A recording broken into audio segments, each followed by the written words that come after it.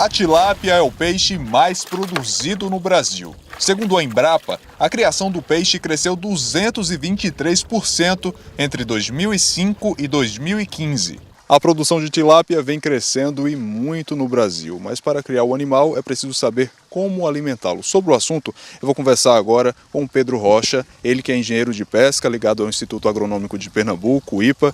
Pedro, eu queria saber como é que faz para alimentar a tilápia, qual orientação você repassa? Se fosse trabalhar em tanque-rede, você vai ter uma dependência quase que exclusiva da ração, né? E você vai ter uma conversão alimentar não tão satisfatória como no viveiro escavado. Por quê? Em viveiro escavado é possível você fertilizar, ou como alguns chamam, adubar o tanque, e dessa forma você vai aumentar a oferta de alimento natural, né? E com isso você vai ter uma conversão alimentar melhor e vai gastar menos com ração, né? O que vai favorecer a produção para o produtor. É preciso fazer análises de solo e água antes da fertilização. Se o produtor quiser alimentar apenas com ração, ele deve observar a idade do peixe. A ração varia, assim como também o teor de proteína, que inicialmente é de 55%, ao redor de 55%, e na fase final vai para 22%. E essa ração também ela varia o tamanho do grão, a granulometria.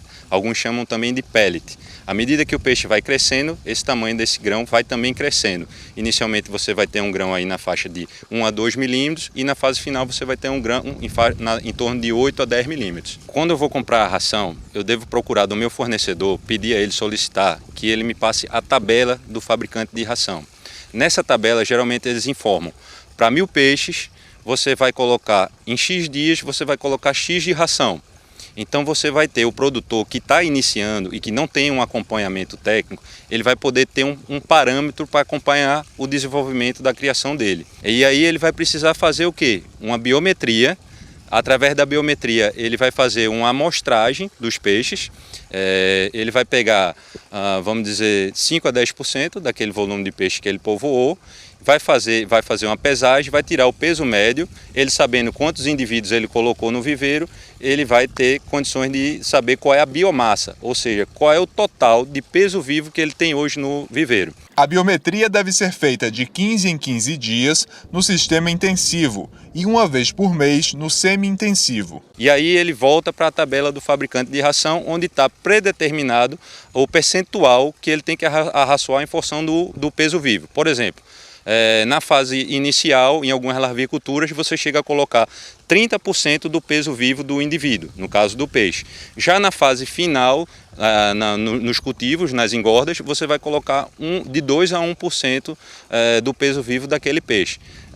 Exemplo, se eu estou com um peixe de 800 gramas, eu vou colocar 1% do peso desse peixe, eu vou colocar 8 gramas. Né? Aí dessa forma, se eu for dividir em duas alimentações, 4 gramas de manhã e 4 gramas à tarde. Isso multiplicando para o total de peixe que eu tenho dentro do meu viveiro. Então funciona dessa forma. Também é preciso observar a temperatura da água. Com relação à temperatura, a temperatura ideal para que você tenha uma alimentação plena é entre 26 e 30 graus.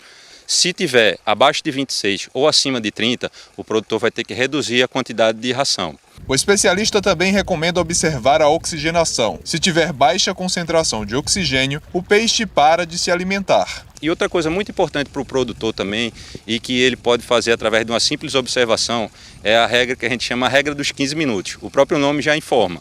Ele vai fazer uma observação para ver se o peixe está consumindo aquela ração em menos de 15 minutos ou em mais de 15 minutos. Vamos dizer que o peixe consumiu aquela ração em 5 minutos. Então na próxima oferta ele pode aumentar um pouco a quantidade da ração.